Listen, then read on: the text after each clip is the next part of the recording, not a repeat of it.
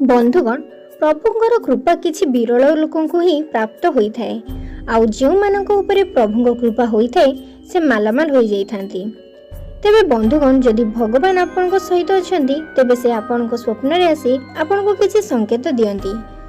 आज आमे आपनक एहा कहिबाकु जाउछु जे केउ संकेत आपनक जीवन रे प्राप्त होइथाए जो कारणरू आपण भाबिबे कि भगवान आपनक सहित अछंती।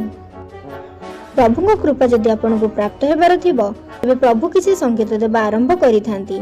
जदि आपनको एपरि संकेत देखा जाए तेबे बुझी जिवे कि आपनको खराब समय समाप्त होई जिवो ओ भल दिन आसीबो, कारण भगवान आपनको शुभ संकेत देइछंती। भगवान एही संकेत समस्तଙ୍କୁ देइ नथांती। ज्योतिष शास्त्र रे एपरि बहुत विधि अछि जहा द्वारा आमे भविष्यत जानि परिबा। स्वप्न ज्योतिष एपरि एक माध्यम जहा द्वारा भविष्य रे जड़ित थिबा सब कथा कुहा जायछि। किछि स्वप्न बुझी हुए और किछि बुझी हुए नाही। बहुत समय एही स्वप्न संकेत देइ थाए कि आगामी समय रे किपरि हेबो।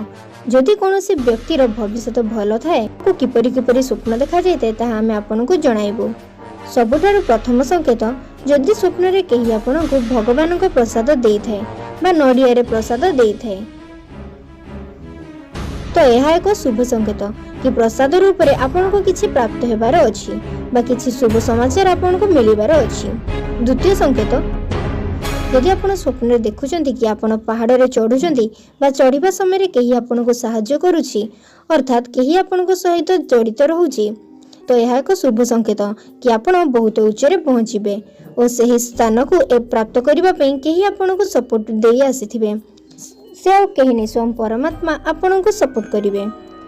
तृतीय रे स्वप्न है कि जदि आपण को स्वप्न रे कौनसी धार्मिक कार्य देखा जाए अर्थात स्वप्न रे आपण देखिबे कि आपण को पूजा घर शामिल होउछंती देवी देवतांकर मूर्ति आपण को देखा जाउछि यह एक शुभ संकेत कि आगो को किछि भल हेबार अछि बा आपण को जीवन रे उन्नति हेबार अछि। चतुर्थ संकेत है कि जदि कौनसी व्यक्ति स्वप्न रे निजको कांदुथिबार देखुताए ताहले ताकु निकट भविष्यत रे कौनसी शुभ समाचार मिलिबो।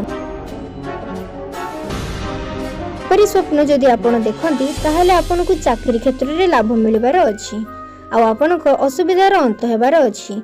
आमे आपण को भगवान ठारो मिलुथिबा अदृश्य संकेत विषय रे जणाइलु। आशा करूछु फ्रेंड्स वीडियोटी आपण मानको पसंद आसीबो।